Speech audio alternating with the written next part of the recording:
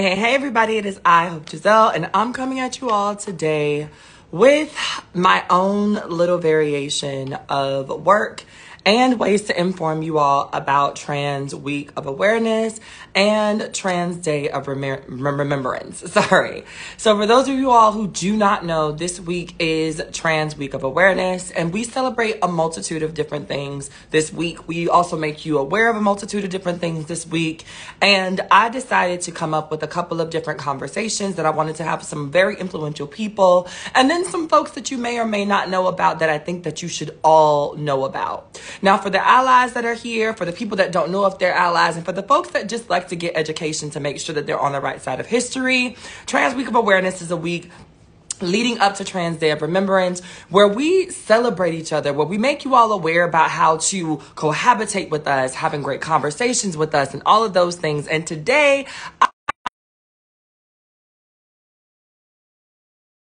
get into a lot of things, and we're about to have a conversation about the awareness that needs to be made around the trans mask experience. And this is one of the people that I think is going to be the most amazing at being able to bring that. So what's up, bro? How you What's doing? up, family? How you I'm doing? good. I'm good. Everything is good this morning. Thank you so much for being with Thank you me. so much for having me. I'm so excited to be talking to you and being able to see you. Look here, I think we both have been moving and shaking and running around as we should. As we And should. I'm just really excited that you agreed to sit and have this conversation with us, especially because what I find often is that when I'm having conversations, and you and I've had this conversation on a mild level before, is that when folks think about Trans Week of Awareness or trans anything, the most prevalent thing that we think about are trans femmes and trans women. Mhm. But the trans masc and the trans male perspective is usually often tossed by the wayside. It's forgotten. We don't know any trans masc influencers, at least the ones that are not, not black, Yeah. right? And so I wanted to really be intentional, just like I like to ask y'all to be intentional, right? I wanted to be intentional about making sure that when I had these conversations, that I'm titling Collective Conversations, y'all. That I wanted to be able to actually have a conversation with the collective, and that does include our trans mass folks. So for people who don't know you, give us a little rundown. Let us know who you are, but don't tell them the big news, because I want to tell them the big news. I know it's your news, but I want to be able to give a little razzle I dazzle. got So you. don't tell them that to the end. I'm gonna tell them that. Go I ahead. got you. So for those of you who do not know me, I go by 2 a.m. Ricky, pronouns he, him. I am a trans male. I'm a recording artist. I'm a songwriter. And what I do is utilize my platform to help bridge the intersection of LGBTQ advocacy and entertainment while bringing trans awareness to a number of corporations, brands, platforms, you name And my friend is also, drum roll, please, it.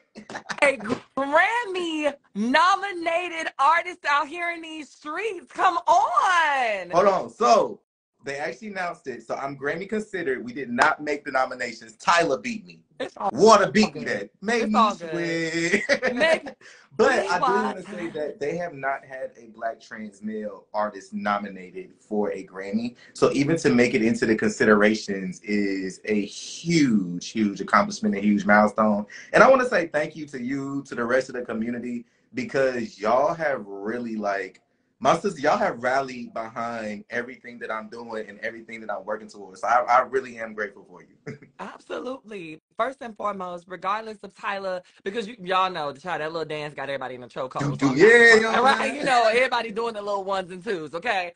But I think that even the idea that you were considered, right? There are far too many, trans people as a whole, but especially when we talk about trans mass people, and especially black trans mass people, we don't see y'all making the hits and getting on the Billboard top 100s, and let alone in spaces where these folks are really honoring your contribution to music. And you've been doing this for quite some time now. So one of the things that I wanted to do with these conversations was create awareness around folks like you. And so I think my first question going into this is like, what inspired the brand that is 2 a.m. Ricky? Like, how did we come here? So for one, I'm originally from North Carolina. I was born and raised in Winston-Salem, North Carolina, and it's a Bible Belt state. It's a red state. It's a state that we don't really have a lot of trans representation, LGBTQ representation as it is in general. So for me, I felt like in the Black community, our rappers, our athletes, they're viewed as our superheroes. They're the ones that we see in the media, in the news. Politicians want to shake hands with them, give them their honorary days and all these things. But we didn't have that within the Black queer community. Mm-mm. And so for me, it was really important that in navigating these spaces, in navigating entertainment, that I made sure that people see themselves within the art and see themselves when they're going into these rooms, because oftentimes we're forgotten about, we're silenced. Also, when I did my record with CeCe Peniston, you mentioned we don't ever have any of us on the charts. I'm actually the first Black trans man to top any recording chart. I have a record with CeCe Peniston called What You On, and it went #1 on the LGBTQ urban charts in 2021 for 10 weeks. Come And on. so receiving that accomplishment and that being a huge thing, but also experiencing that turning into hate, turning into me not being able to safely announce that into certain spaces because it would mean I would be stripped of deals. It would mean I would be stripped of opportunities. It made me want to fight a little bit harder. It made me want to go a little bit harder. And then also made me feel like these brands who are constantly wanting to throw a trans flag and a pride flag, they don't really know us. They don't really speak our language, but they want our community and they want our support. So I wanted to make sure that we had the same equal intention when they're meeting with us and when we're getting contracts and when they're presenting partnerships to us, that we get the same equitable respect and pay. Yeah, I agree.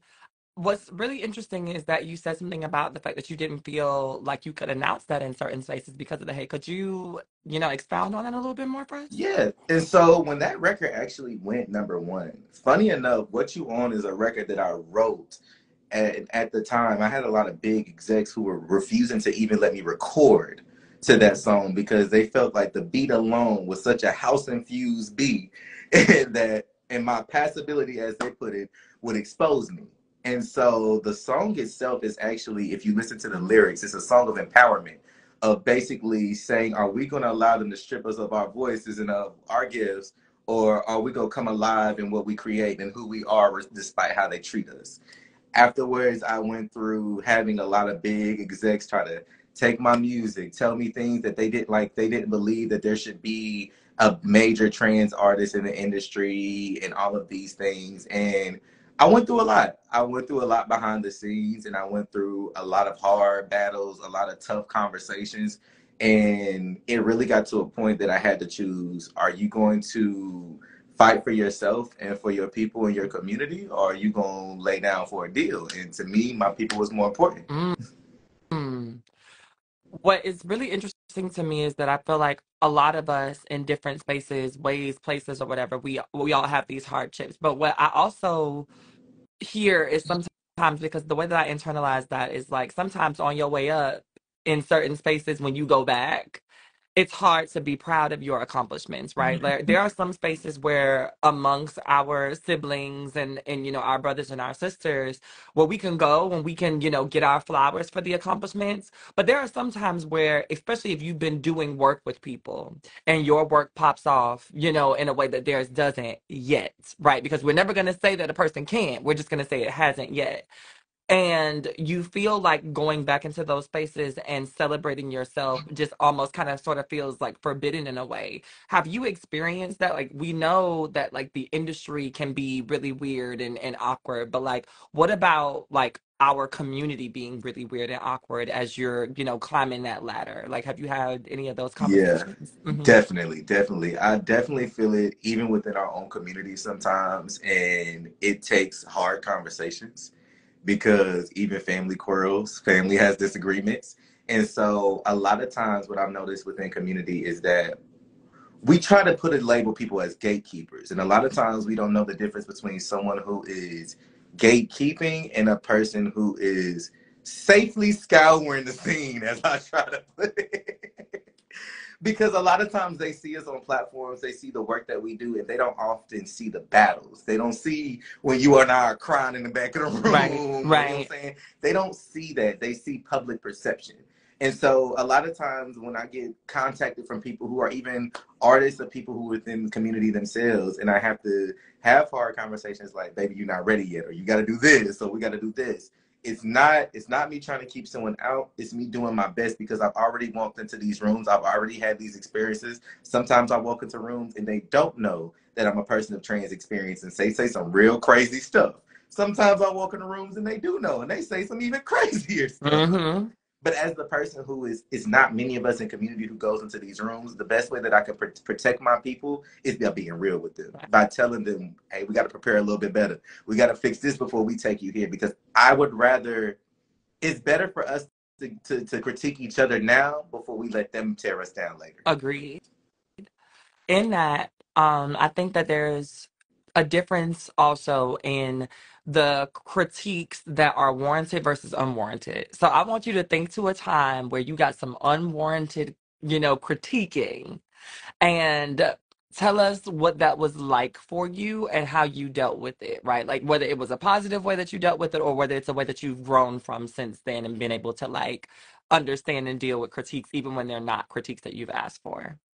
So when I got Grammy consideration and Grammy consideration was announced, I was reached out to, and I had some people who got upset with me because I couldn't do an event and I couldn't do it free.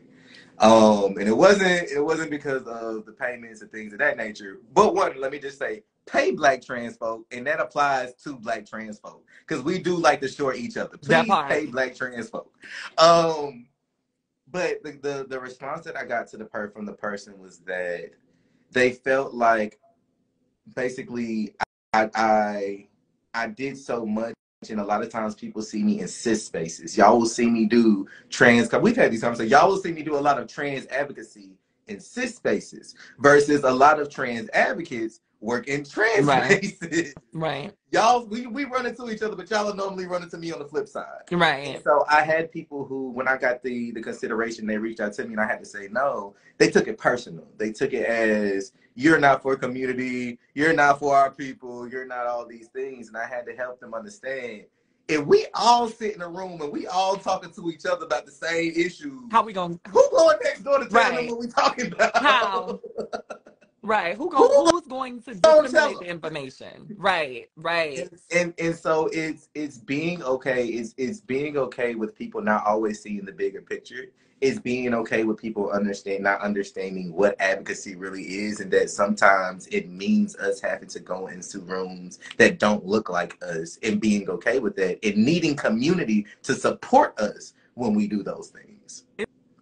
It's one of those things where I feel like also community will see you have a couple of moments, right? And acknowledge that those moments have made you somebody worthy of their attention now. And I'm about to ruffle some of you all's feathers, but y'all know that's what we do over here. And so, what is really interesting to me in a lot of spaces, and one of the things that I want to bring awareness to is exactly what Ricky just said. Not only are we tasking people outside of the community to pay us what we're worth, to acknowledge our artistry, to not cheat us out of our deals, but we should have that same motive, that same understanding as it pertains to each other. And what a lot of us during this week will do is see and seek out folks in community that you are like, ooh, Mhm. you've done X, Y, and Z, and that makes you important enough for me to be able to benefit off of your image doing whatever it is that I need you to do. But in the same vein, you have to realize that if you are recognizing that these accomplishments have made me important enough to add levity to your situation, it is very likely that I'm going to want to be compensated for them, whether or regardless whether you're community or not. And I think that what a lot of folks expect is that because I am community, or due to the fact that I'm community, that my struggle has stopped once I get on to one thing. Absolutely not. That Absolutely one, not. that one song, that one hit, that whatever, that's the moment for me. But now I have to keep grinding to get another one and to get another one and to get another one. And so therefore, like 2 a.m. said, pay the people so that we can continue to create the art that makes us valuable, so that way one day I can come in here and say, I'm not charging you, sis. I'm not charging you, bro. Sib, I got you. But we can't do that at the beginning. Y'all see us get one little accomplishment, and all of a sudden y'all be like, okay, so you could do it for free, right? Like, and that's just not how that But works. also, y'all gotta respect our journeys. Like, Mm, Hope didn't end up here overnight. right. I didn't end up here overnight. And a lot of times there's a lack of respect for the journeys. And when they see us accomplish certain things, it's almost like, okay, well, now you can pass the baton and I can skip those 5 steps. Because Right. you done did that for me, dog. You Right. know what I'm saying? And that's not how it works. And if we as leaders were to open up that door, and for instance, if I was to open the door to every artist that approaches me, or every person who approaches me, and I don't have guidelines, I don't have boundaries, I don't have the wherewithal to say, you're not ready, you got to do this, you have to do that. First of all, y'all wouldn't learn nothing, and we would not be progressing. But at the same token, it's the things that y'all don't see, it's the pain points that y'all don't see, it's the failures that y'all don't see that got us to these points, that made us who we are, and we would be stripping you of the greatness that's within you if we don't allow you to walk that path. Awesome. I see a teachable moment, and one of the things that I want to do is encourage moments to teach. Now, if y'all are following me, which I assume if you on here, you're probably either following me or Ricky, we are both transgender people. So if you've been around here long enough to be following the both of us, then I'm sure you know by this point, saying or asking the question if someone is a transgender It's is not okay, not right? okay. A transgender what? Because I'm a transgender something. It's just like if a white person came up to you, 1425 JP, and said, "Are you a black? A black what?" Right? Am I a black refrigerator? Am I a black Chippendale? Am I a black piece of, lace? Like, what am I? Right? So there needs to be an identity or a something attached to the A of transgender. Am I a transgender woman? Absolutely. Am I just a transgender? Absolutely not. Right? Like, I'm not just a transgender because there's something that comes after the prefix. And that's what these conversations are about. That's what, Ricky and I are here to discuss. And so now that we've gotten that little fun fact out of the way, one of the things that I wanted to talk about as we gear up for Trans Day of Remembrance is a little something that could be tough for us, right? And it's the people that we lose along the way. It's the people that don't get a chance to see, their brother make it. But they were there with you when you were shooting in the gym, like, yo, this beat is hard. Like, yo, you wrote that. Like that. They were at your first couple performances that had 5 people in the audience, like, yeah, that's my like, like, who are those people? You know what I'm saying? And if you could, spotlight them for us and give them their flowers now in a way that you couldn't give them when they were here, who would they be? So my best friend and brother, because I actually was in the foster system. His name was Hezekiah McCoy, and he was murdered in his dorm room on the campus of North Carolina Central University my sophomore year. He named me. He was the first person who helped me come out about my transition. He was a black cis male who went into an LGBTQ center with his legs crossed, walked in and said, "All right, y'all, which one of y'all think of us is trans?" And asked every single question that I wanted asked for me. And so he named me. He told me I was going to be. He even told me, like, you're going to be not just an artist. You're going to change the world. You're going to have millions of people that you're going to touch. And he saw things in me that I didn't even see in myself. He saw hope in me that I didn't see in myself, but also hope for a community that at that moment I didn't even realize how much I really belonged to. And so that is a person that I carry with me through everything that I do. That even though he was not of trans identity, I honor him during this week, because without him there would be no me. Ooh. There would be no Jackson Amir. That, like, that 2 a.m. would not exist, or would Oh, not be who I am without the person who helped me walk into my truth and my awareness. that is so interesting. I say all the time that Janet Mock did that for me. And regardless of me having beef with her right now, okay, I got a little beef with Janet right now. It's very friendly beef, but I got a little beef with you, Janet. But I definitely will say that, I didn't even know what trans was until I watched, Janet speak and was able to be like, oh my God. That's been the problem. I'm over here talking about androgyny, and this lady done put me on to what it really is. That's who I am over there. That's me. Yeah. Right. And so I definitely I definitely think somebody in the comments said, now I'm thinking of who that person is for me. This is what these conversations are about, you all. This week is not just about gearing us up to, have this very sad day where we remember all of the people that are fallen, but it's about remembering the reasons why we are still here. It's about remembering the reasons why we can still thrive, why people can be considered for Grammys, why people can be the first Black trans woman to speak at the March on Washington. Yes, flex, I'm going to do it every time. But, Yes. it's gonna be one of those things where I want to open up the space for people to have like these positive impacts, because far too often when folks think about our trans experience, they think about us in the lens of trauma porn and pain, right? They don't think about us in the lens of being successful or being happy or being, overjoyed with opportunity. And I could sit here and I could ask Ricky all of the traumatizing questions about what it means to have people misgender you, or how many people have asked you ridiculous, weird ass questions. But I want you all who are not a part of the experience, and even some of you baby trans folks and non-binary people who are out here, to know that you can thrive, right? There is not the need to just have the stories of the people who are doing horrible or who have had tragedy happen. We've all experienced tragedy, but it's about what we can do to move past that, right? Um, so what I want to really lean into are 3 fun facts about you, right? That are outside of music, that are outside of your career. What are 3 things that people would never guess that 2 a.m. Ricky, like, is just like that's my jam. 3 fun facts. So I'm gonna pick off of one of the comments I just seen. Somebody said, "What if Tyler Perry wrote trans films or included trans people?" So I actually co-wrote Tyler Perry's last theme song, "Too Caught Up." So Tyler Perry does let trans people in the writing room, and I am one of the writers for his music. So that's a fun fact. If y'all don't already follow me, Come you might on, not fun have known. facts. Yes. Second fun fact, I live in Atlanta and I'm allergic to peaches, so that's why it took me so long to find a good lady. That's a joke I love to tell everybody. um, Third of all, what's a good third fun fact? Oh man. So third of all, third fun fact was I went to the Grammys in 2021. Okay. I was there at Brian Michael Cox's brunch when Kobe passed. I was there to like be there when Vanessa called his closest friends and things like that. And I met Michael Jackson's real son. Billie Jean is a real kid. So that's my fun fact.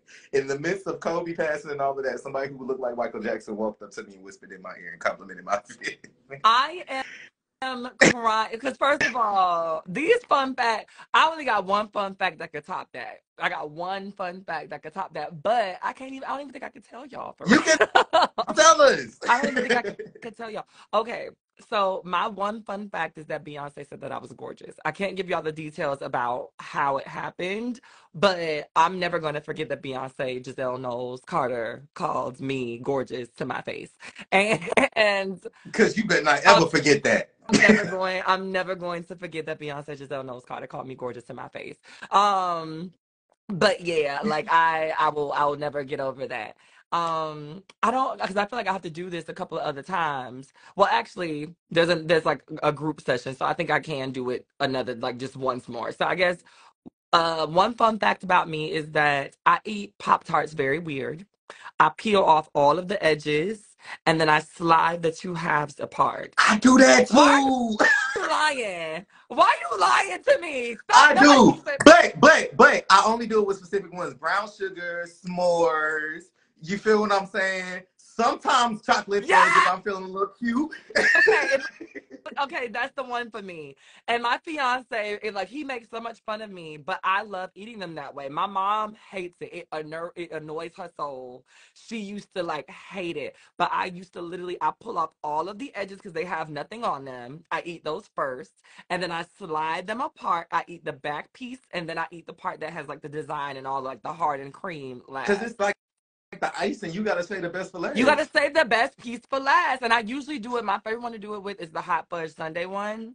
And it's just so good. Y'all gotta try it. If y'all have never eaten it like that. I didn't even know that. I didn't know 2 a.m. was gonna say that. So y'all gotta, if there's somebody else out here in the world that's crazy like me that's gonna do that, come on. Like, y'all gotta try it at least once for They talking us and let me know. about us in the comments. I I don't bet even you they much about to go slide a care. Pop Tart right now. I don't even much care, go to the Walmart or go to the pantry and try it while we on here right this second and tell me that it's not fire. Okay. Tell me it's not fire. But I love that. So those are like my those are two. Okay, so I got one more. I I don't know if this is weird. I feel like a good majority of people do this, but in the morning, I prefer to eat my breakfast and then brush my teeth. I don't like brushing my teeth and then eat my breakfast because I feel like it changes the taste of like my juices and stuff. So I would prefer to just like eat my breakfast first and That's a then good way brush to my put it. teeth. Leave me alone because you just judged me. You just judged me real hard.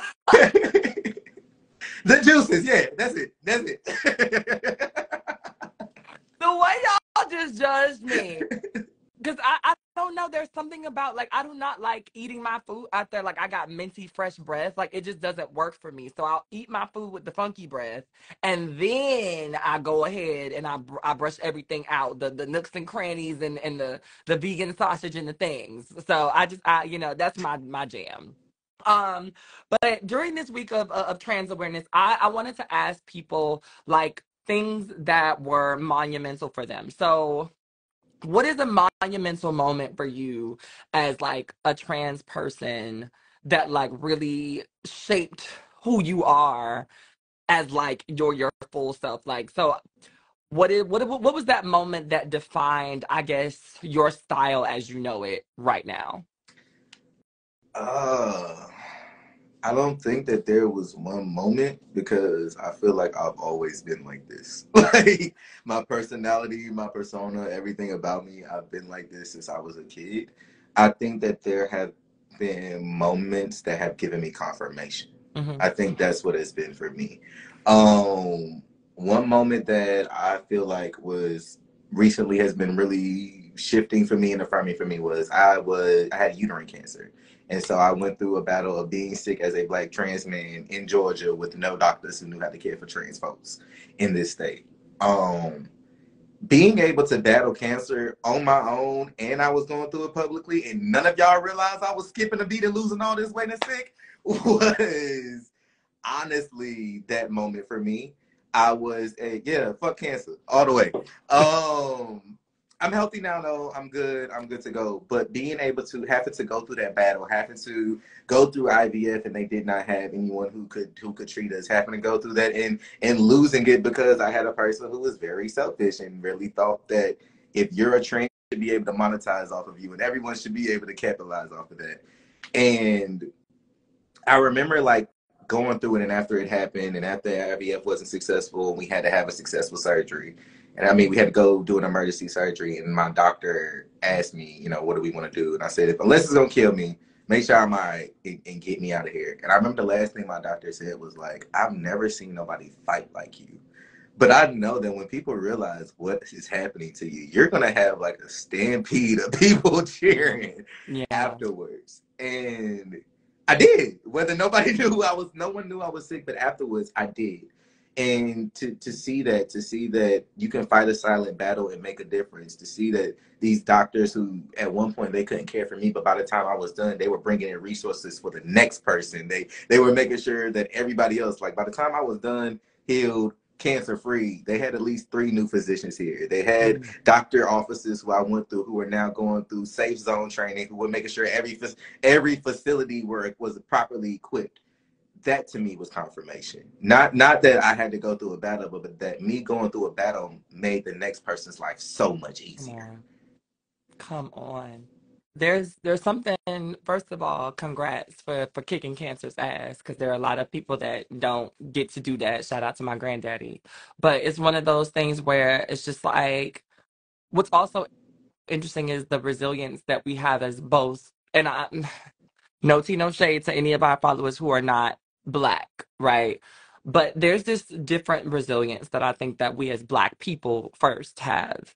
And then when you throw on what it means to be a fab in body, and then when you throw on what it means to be a mab in presentation and having people not understand the intersection of all of those things, how to care for me both physically and emotionally as a patient here, and then being a public figure who still has to make the ends meet because this is how I pay my bills. This is how I do Mm-hmm. what I do.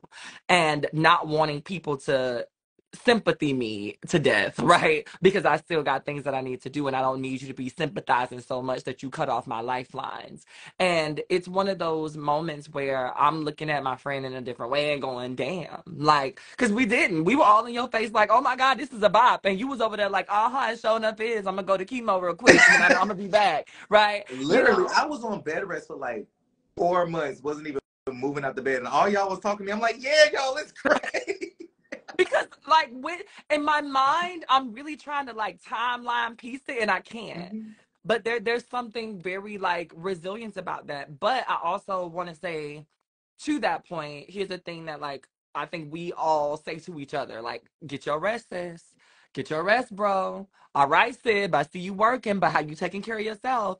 And it's just like we've all kind of sort of learned to push our own, bodies and health and all of that stuff aside. So asking the very generic question, but very valid one, how do you self-care? Like, when do you find time to really love on you? I'm a very, very spiritual person. Anyone who knows me knows that like I'm big on prayer. I'm big on my relationship with God, whatever you believe your higher power is, for those of you who are not God fearing folks.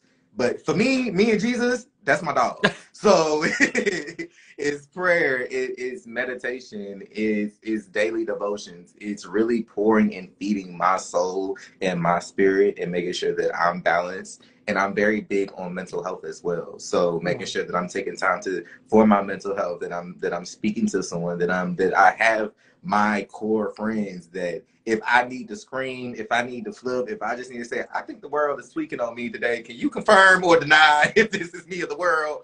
I have those people and I can safely call those people. Now, what I will say is, in community, you need to have those people, but everybody are Come not those people.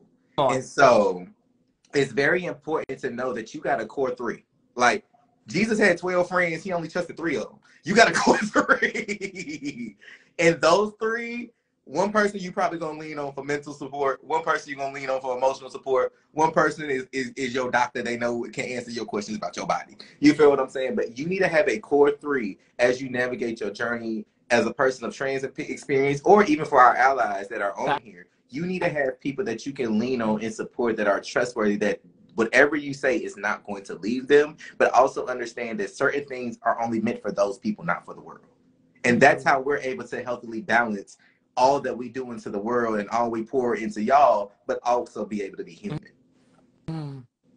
That like those things speak to me because I feel like what folks don't understand and recognize, and especially like the baby trans people coming up, is that everybody ain't your friend, right? Everybody that affirms you, everybody that uses your pronouns correct the first time and don't ever have to be corrected, everybody that say that they love you in this space is not your friend, right? Not at And it's all. not to say that you got to walk around on high alert and treat everybody like they're, suspect number one, but it is to say, like, be mindful of the people that you invite into your close personal circle, because those are the same people that will turn around and use you and abuse you, make you a gatekeeper for something that they also don't have access to, but know that you do, right? And then turn you into a villain on the back end. There are so many different, like, shiesty things that happen in community, and around community and through community, and sometimes because of community, that we need to be mindful of. So I'm really happy that 2 a.m. just let y'all know, like, having that core three of people is really, really important. But also, what I like to talk about is family, right? So I have a couple of different families. I got my biological family. Those are the people that had me and whatnots. And then I have my chosen family. And then I also have my kink space family, like all of those, my spiritual people and my hippy dippy folks that I do my other hippy dippy shit with. And so what does family look like for 2 a.m.? It's a blend. So I have my biological family. I lived in group homes. I was placed in different places. So I also have foster family. I have my foster father is a person of trans experience as well. And so oddly enough, coincidentally, I actually had no clue when he took me in. It took me being, I was in college. I graduated at 16, and so I was placed with him, and then was sent to go watch a speaking engagement. And my father, Dr. Van Bailey, was one of the speakers. So that's how I found out my dad was trans. Come on, unclockable. Come on, Yes. unclockable. And so it looks like chosen, it looks like spiritual family, it looks like foster family, and then it looks like chosen family, my close friends, my musical family, my people who are supportive of me. A lot of the people who I work with within the industry are people who have never encountered a person of trans experience. I go into spaces all the time and I'm educating folks. I go into studios all the time and they be like, bro, I mean, wait, yes? All right. And I love that for them that they're trying. And so those are the people that I count as family too. Even though they might not get everything right, they might say something. I gotta look at them and be like, you know, you can't say that, right? But they're trying. They're trying to educate themselves. They're trying to be welcoming, and they're trying their very best to navigate. Because a lot of these people are also black men who come from poverty, black men who come from the hood, black men who come from systems similar to what we're dealing with to break us, and those systems have made them think that they have to have this ingrained hate for themselves in order to accept or deny us. And so to be able to help them understand that, listen, there's no difference between me and you other than I live in my truth and your truth looks a little bit different. Come on. Come on. It's the reminder that folks in glass houses shouldn't throw stones, right? At all. The idea, I think, sometimes behind a lot of transmisia is that y- you got secrets too. I just can't hide mine as well. Or I've been told or convinced that I am or I do have this inherent secret because the vast majority of people think the way that you think. And so it's easy for you to vilify or come up with reasons to dislike or hate or harm me because I don't live in the glass, I live in the glass house and you don't. But it's just like, what happens when I can see your secrets? Like, what happens when I do know that you are defaulting on this house loan? What happens when I do understand that your husband has been touching both of your children and you say nothing about it while you're talking, crap about me and how I live my life on the internet? There are so many like nuanced pieces to what you just said. And I think that it's a reminder for everybody, like, we all have our shit. We all have things that somebody else in the room would turn their nose up at. Even on a smaller note, like just the way that we eat our Pop Tarts, right? Some people in the comments are like, oh, absolutely not. Some people are like, that's interesting. Other people are like, ADHD. I think that I like that for y'all, right? Right. But at the end of the day, just because we eat our Pop Tarts differently doesn't mean that now we're just these horrible people. And I think that the same thing can be applied to life situations. Unless you out here touching people's children, stealing hard-earned money from folks that have worked, their entire lives for it, or just overall like trying to do harm to other people who have done nothing to you. I don't care what you do, and it's not going to affect, nor should it affect, the way that I feel about you as a human being. And we've got to like maneuver in those spaces. So I'm really glad that you just dropped that. What is a piece of advice that you got throughout this journey that you kind of sort of keep with you, and whether you've revamped it to make it your own, it's something that you just have not forgotten? For one, I feel like a lot of people, especially trans men, and I can only speak of trans masculine experience, I think that a lot of trans men, and I say this out of conversation, out of just doing work and having to deal with enough folks, a lot of us try to kill off the woman we that once existed. And so a lot of us will say that, we reference we reference their names and these things, but we try to pretend that this person never existed. We almost like we kill her off. Mm, You feel me? We kill her, we threw her in a ditch, we buried her, we don't want nobody to find the mm, body. The mm, best advice that someone ever told me was to appreciate and love her. I give her flowers. mm. During this week, I don't use this as a week to mourn not only myself and those who I've lost. I use this as a week to celebrate her. Because without her scars, without her fears, without her insecurities, without the trauma that she had, without the things that might have made her great or the things that might have made her horrible, I would not have known who I am. I would not be able to be who I am. And I wouldn't be able to have the type of intelligence and the type of empathy that I have for my sisters and my trans sisters to be able to know what it feels like when I see y'all get blasted, when I see y'all get attacked, and I see because of my masculinity, I have the choice to stay silent and can. That's what makes me say, no, I got to talk about this. Oh, Because if they would have did this to her, we would have been tussling. Oh, You feel what I'm saying?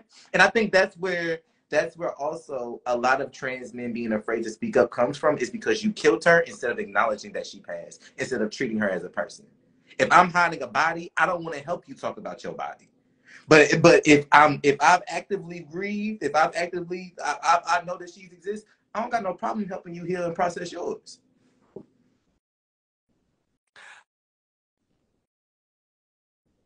I caught a stray bullet. Give me a second. I'm trying. I'm letting the people pass me up real quick because I definitely caught a stray bullet in there. I've never heard that, but I'm so glad that you just shared that because I think that, especially in the trans femme community, there are a lot of us that kill him. Right? We take him and we box his ass up real fast with our brothers them, and we pack him up, and sail him on down the sea somewhere, and then wonder why we have issues connecting with men, right? And it's because you killed this man and you trying to hide the body, and you spend the rest of your entire life looking for somebody to help you hide it. Mm-hmm. And when people disagree with being able to help you hide this body because there's nothing that we shouldn't be hiding this. Where's the funeral arrangements? We then sometimes, some of us will then internalize it as, oh, you're against me. You're not on my team because you don't want to help me bury this thing over here. And it's just like the way that you just were able to articulate that and phrase that is something that I really, really, really, really, really hope that a lot of people are going to be able to internalize and accept. Rather than killing the past version of ourselves, I think that it is appropriate to remind ourselves and to give them their flowers for allowing us to be able to live in the fullness, and to be there while we processed our fullness, right? And to be healthy vessels while we were doing the things that we needed to do, and being unhealthy to ourselves, right? Like our bodies kept us afloat while a lot of us were trying to be, engaging in all types of things to figure out what it was that we were going to land on. And I think that the idea of just attempting to act like these people never existed, like they don't exist, like they were not worthy of a funeral ceremony, like they weren't worthy of people being able to say goodbye, has been a huge part of the problem, I think, on both sides of this spectrum. And I think even when we talk to some of our non-binary siblings, some of them may agree with this concept, but I know that one hit me in the face, and I think they're about done stitching me up on this one because I was I caught a stray bullet right to the side, just like right over here. Oh my God. Well, oh, I got to really sit on that one, y'all. I don't know about y'all. That one really got me, but I'm very appreciative of it. I think that some of the best advice that I got was that time is omniscient, right? You only get the time that's designated for you, so don't waste it. And that's a thing that one of my mentors in elementary school told me. And it was right after I went to church, and I was like, "Ooh, the pastor used this word, Miss Reed. What does this word mean?"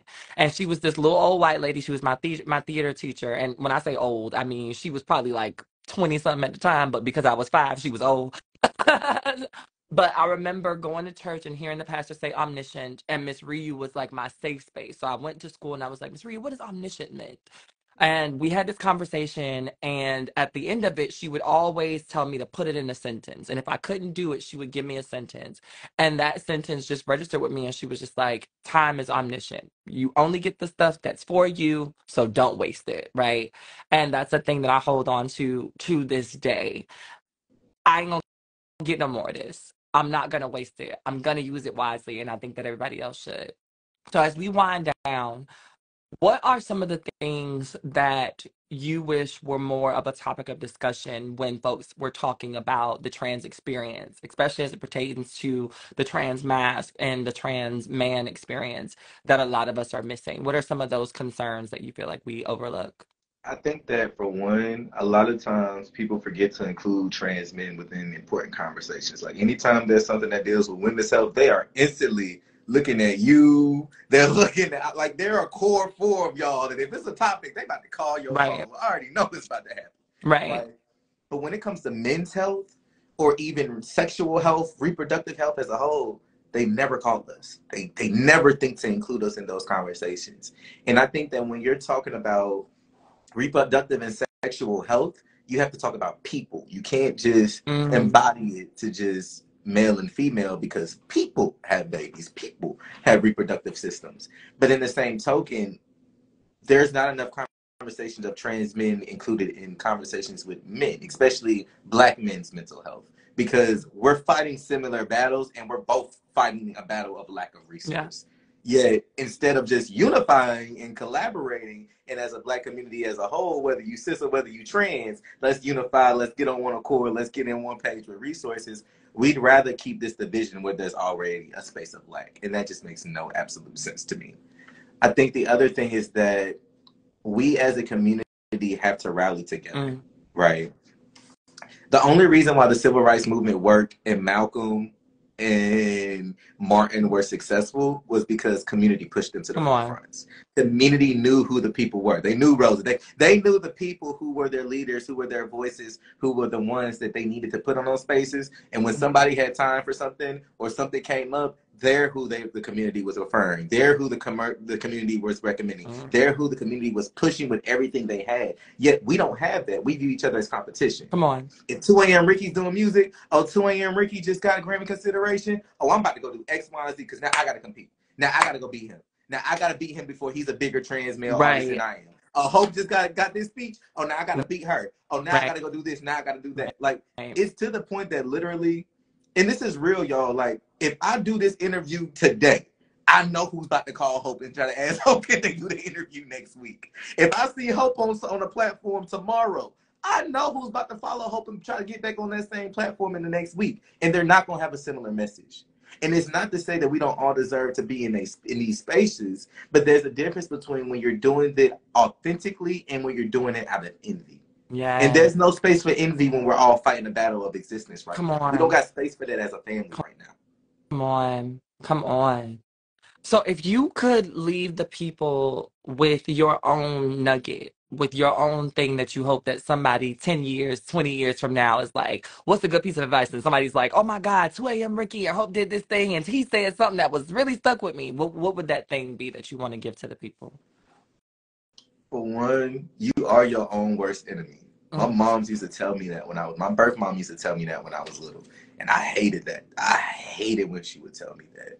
But it was absolutely right. You are your own worst enemy. The only person who can stop you is you. The only person who can get you to do wrong is you. The only person who can convince you that you're inadequate is you. The only person who can convince you that you're not trans enough, you're not beautiful enough, you're not man enough, you're not woman enough, you're not person enough is you. And also the only person who is stopping you from joining the community and the unity and getting on one accord with the rest of us is you. So stop being your own worst enemy. Now, we know that you probably got 50,000 things coming up. What are some of the things that the folks can look forward to, and where can the people find you? So y'all please make sure y'all go listen, support my new album, Listen If You Lonely. It is the project that Cream was up for consideration for. It's an album that's basically, if you gave a Black trans masculine person a diary, what would we have to say? So it talks about sex, it talks about life, it talks about relationships, it talks about going through the Black experience while being masculine presenting. And it goes through it through every layers. Push that, support that, listen to it, stream it.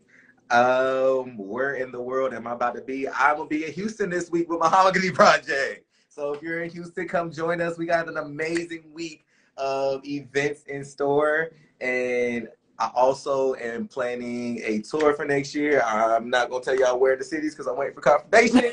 And so that'll be coming soon. In the meantime, y'all, please follow me at 2 a.m. Ricky on all social platforms. And just continue to uplift not only just me, not only just Hope, but all of the other amazing leaders that Hope will be having these conversations with this week. Keep us in mind when y'all are working together and all these things, because, you know, we need support too. But also, if you all are ever wanting to curate spaces. What I specialize in outside of music is helping people with branding, helping people who are needing to get themselves a mind, and helping people who are looking to curate trans-friendly spaces, especially in creative spaces. So if that is up any of y'all's alley and y'all ever have questions or need guidance, please feel free to reach out to me and ask me your questions. That's it. That's all, y'all. That's all. So thank you so much, Twim. Ricky, thank you so much to the audience, the people. Make sure that y'all do y'all due diligence. I don't usually ask y'all to do this, but this is not my regular live, so I'm going to ask y'all to share this with someone, right? If you have the people in your life that you know are looking for this information, and especially the folks that are always hearing about trans women and the trans femme experience, and you want to introduce them to a new part of the conversation, please share this conversation with your folks and let the people know that this is not the only conversation that I'm having this week. While I do want to celebrate Trans Day of Remembrance and remember all of the following, folks that we have lost, I wanted to take this week to uplift some of the people that are still here and get y'all some of the messages that I wish that they had been able to speak about and be heard from the beginning, the inception of their career. But it's okay, because now we got them now and y'all are about to get it.